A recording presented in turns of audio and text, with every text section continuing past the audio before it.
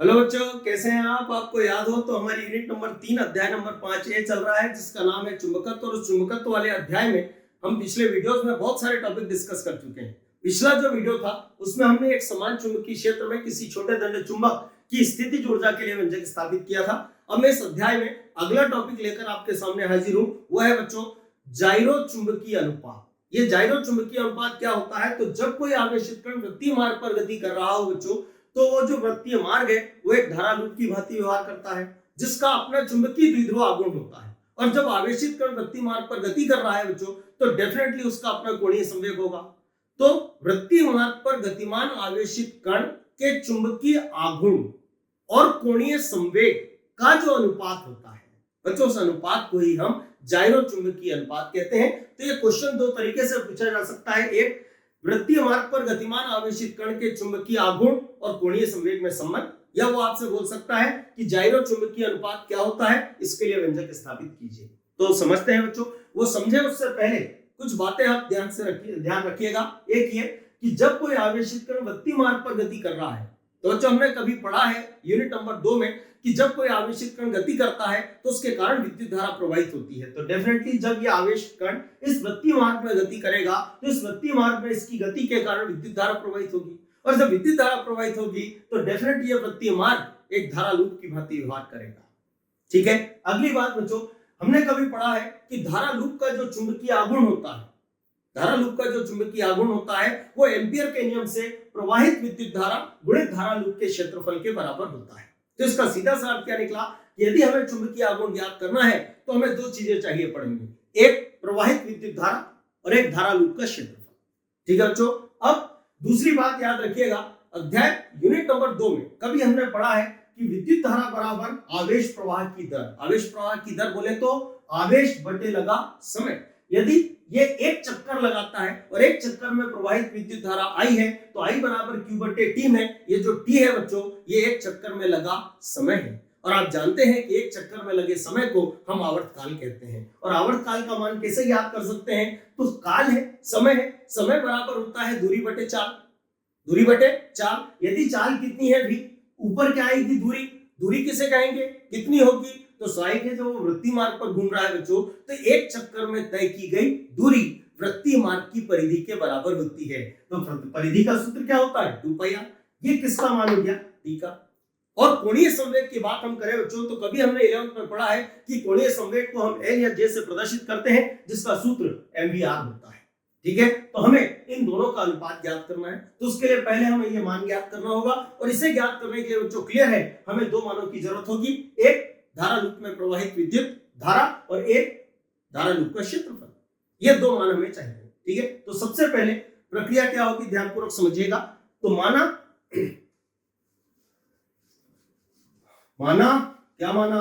मानते हैं, देखो, माना क्यू आवेश से आवेशित कण का द्रव्यमान स्मॉल एम, द्रव्यमान स्मॉल एम, यह स्मॉल आर त्रिज्या के वृत्तीय मार्ग पर, स्मॉल आर त्रिज्या के वृत्तीय मार्ग पर v वेग से या v चाल से घूम रहा है।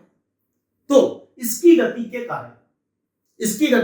कारण वृत्तीय मार्ग में प्रवाहित विद्युत धारा I बराबर क्या होगा बच्चों? I बराबर Q और बटे क्या हो जाएगा? T। जहां T आवर्तकाल है, जहां T आवर्तकाल है तो T बराबर, अब T बराबर क्या होगा? तो T क्या है? आवर्तकाल।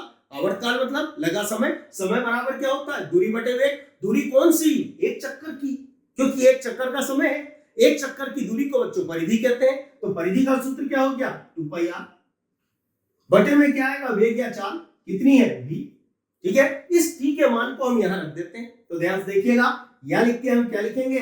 I बराबर, ये क्या हो गया? q, और इसके बटे में क्या आएगा? 2πr, और इसके बटे में क्या हो जाएगा? v। अरे ये v तो बटे के बटे में बैठा हुआ है, तो ये पलट के कहां चला जाएगा? ऊपर।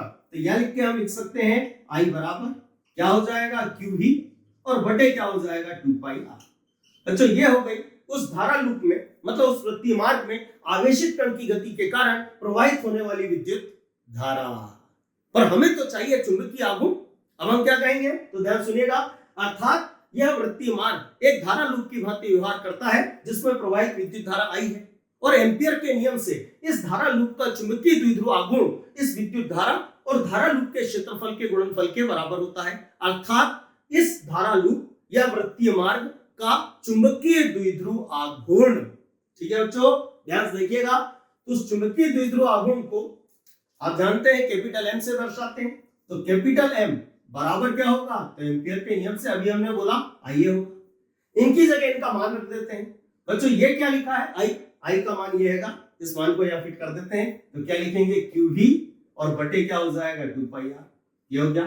गुणित में क्या आएगा, ए क्या है, तो इस वृत्तीय मार्ग का क्षेत्रफल, और वृत्त का क्षेत्रफल होता है बच्चों पाई आर स्क्वायर, यहाँ रख देते हैं पाई आर स्क्वायर, ये रख दिया। अब आप ध्यान से देखिएगा क्या होगा, तो यहाँ आर से एक आर खल्लास, पाई से पाई खल्लास, तो बाकी क्या बचेगा, तो यह लिख के हम इसको लिखेंगे एम बराबर ऊपर क्या आएगा, तो क्यू वी आर, और बटे में कितना रह जाएगा 2। इससे हमने डाल दिया समीकरण 1। और ये बच्चों इस वृत्तीय मार्ग पर जो आवेशित कण गति कर रहा है उसकी गति के कारण ये जो धारा लूप बना इसका चुंबकीय आघूर्ण ये होता है।